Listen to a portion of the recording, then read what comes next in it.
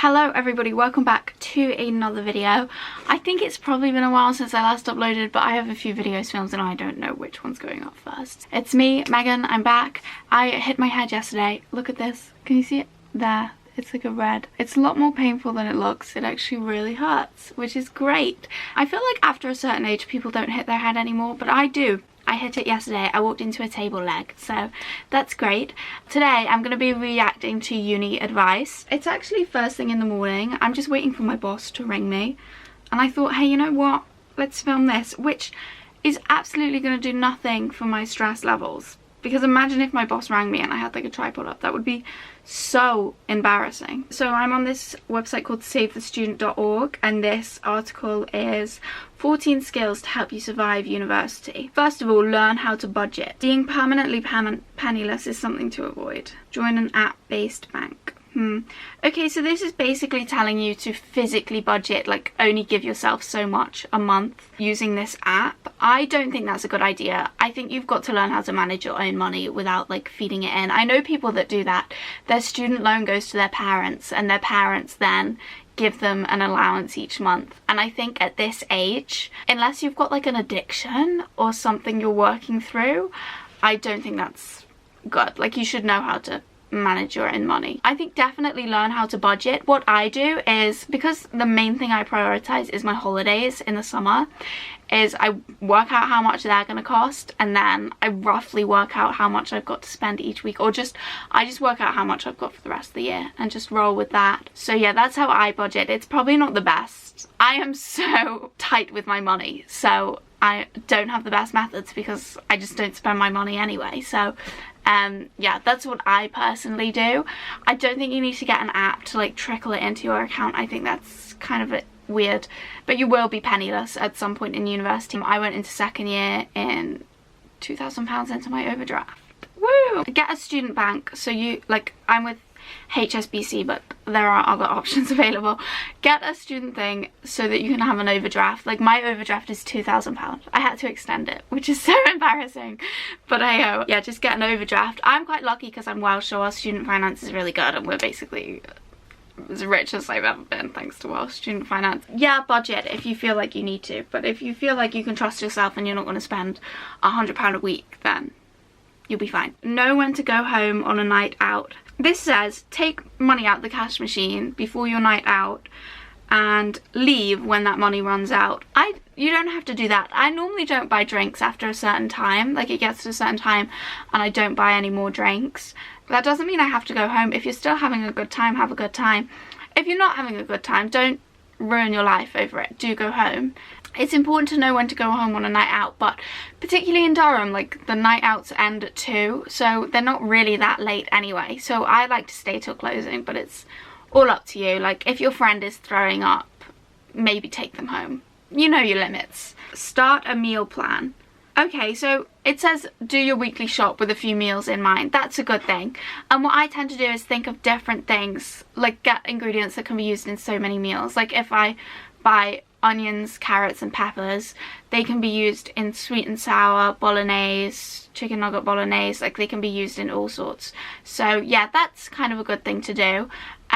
What I would say is you don't necessarily have to meal plan because you don't know what you're going to be in the mood for, but just have a few staple dishes that you like to make a lot. Like, I just rotate what I eat. Like, I mean, to be honest, I ate tuna every single day for my lunch, and I've just found out that eating tuna in excess can be bad for you, and I've been eating it every single day for the past 3 years. Oops! Check that your food is alright to eat every day and then roll with that. I wouldn't say create a meal plan because you don't know what you're going to be in the mood for, but just have meals in your head that you know you can rotate. And when you're doing your food shopping, do it with meals in mind. Don't just buy like crisps and stuff, unless you love nachos.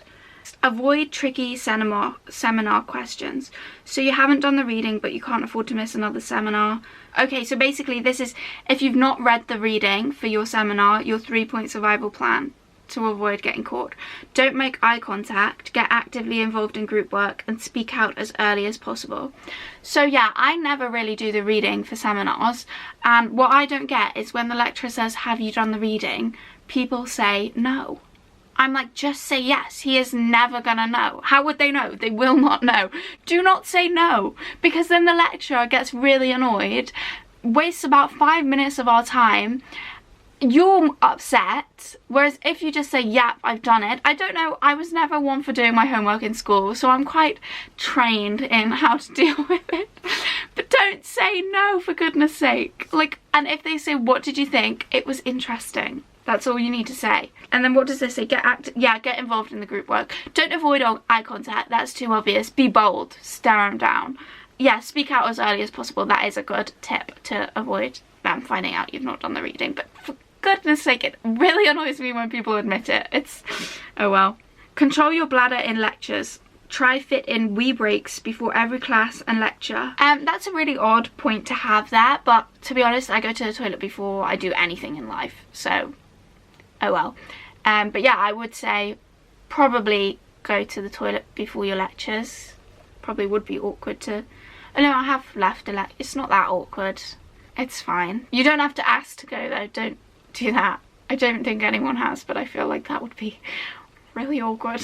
Learn how to read quickly. If you show up to class without doing the reading, learn how to read quick. Okay, yeah, I think reading quick is a good idea, because sometimes in uni they'll be like, oh, read this 150 pages for next week. And to be honest, if they told me that, I'd be like, no, thanks, but no, I won't do that. But some people might be like, oh, I actually want to know what the reading says, so then it would be a good idea to read quick.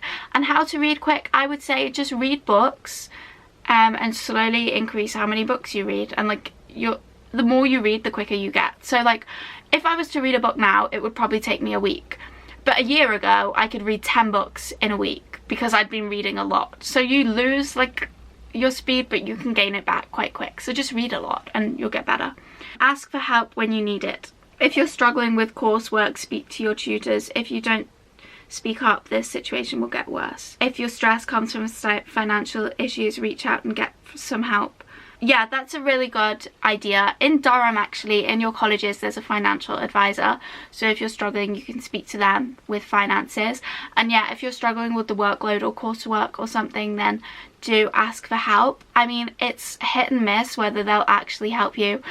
We had a lecturer last year who, when we went into like online learning, literally said, don't contact me, I won't contact you back. So I sent a strongly worded email back to her, and someone else took over because apparently I upset her.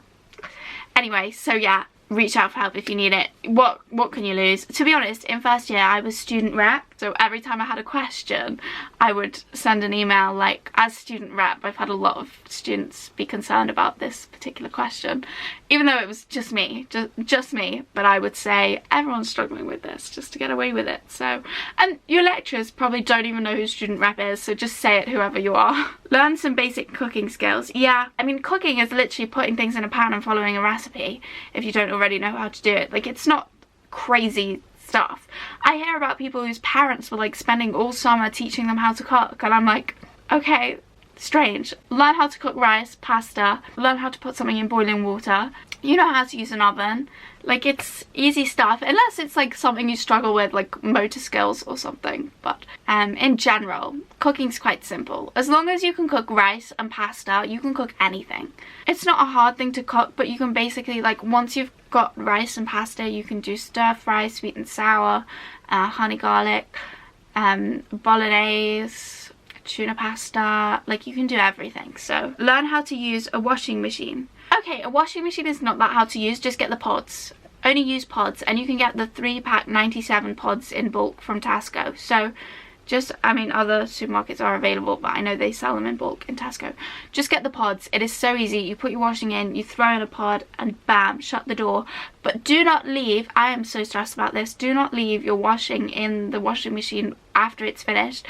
People in my house last year, I swear they'd leave it in the washing machine overnight, which is fine. It's not a problem for me. Like, you do you. But that will make your clothes stink. If you leave them in the damp washing machine after the cycle is finished, they are going to stink. They are going to smell so bad. So don't do it. Don't do it to yourself. What you do is you wash your clothes with a pod. I put like 3 pods in so that it smells nice. And then you take out your clothes. You don't dry them because drying's a hassle, what you do is you get one of them, it's over there, one of them drying racks, and you hang them in your room, so then you've got a natural air freshener as well. Unless you've left them in the washing machine too long, then they stink and don't bother. I don't know how people don't know that if you leave your clothes in the washing machine they stink, but it seems people don't know. Know your limits on a night out. If you've had enough, don't carry on drinking just because you're worried about looking boring. Yeah, I think that's a good point. Like, if you drink because you're not in the mood, it's only gonna end badly. Take this from a girl who drank a whole bottle of Bacardi because she was alone at a party. It didn't end well. It did not end well. So don't do that. If you're not in the mood, try get in the mood with like dancing or something. Don't just drink more, because I've been there, I've done that. I sat in the bathtub, drank a whole bottle of Bacardi. It was rough. Apparently no, I'm not exposing myself here. But yeah, don't do that. If you're not in the mood, go home. If you're really not in the mood, like sometimes it is just better to go home. Or try pick up the mood in a different way. Fake it till you make it. Do what you gotta do. But don't get drunk. Just because you're not in. I feel like if you get drunk because you're in a bad mood, it's gonna be a horrible drunk that you end up in. So keep on top of cleaning your house. Yeah, that's a good idea. I think just cleaning up as you go. If you clean up after yourself every time you do something, you'll never have to do a big clean. So deal with difficult housemates. You don't want to nag them or jeopardize friendship. That sounds like deal with them. Like, don't worry mom, I'm gonna deal with him. That's like a threat, is it not? I think if you're living with difficult housemates, don't stress about it. The year is going to be over before you know it. If they're doing things that annoy you, let them know. That things don't get sorted unless you communicate. It's literally a year. It's not that long. So you'll survive it. Be aware of people trying to rip off students. Yeah, I think this probably is a big issue in like bigger unis, but I don't think that's really in Durham. I swear they weren't selling like freshers wristbands or anything like that. But yeah, like freshers wristbands and that kind of thing are normally a bit of a scam. I hope you enjoyed this video. Sorry I kept rubbing my eye. I have only just woken up, so that's why. And I've got something in my eye for sure. And now it looks like I'm crying, which is great. Just the look I was going for. I've got a bump on my head, I've got a crying eye, and now I've got to FaceTime my boss. So that's fantastic. I hope you enjoyed this video. If you did, don't forget to like, comment and subscribe. Comment any questions you might have, and I'll see you again in my next video. Bye!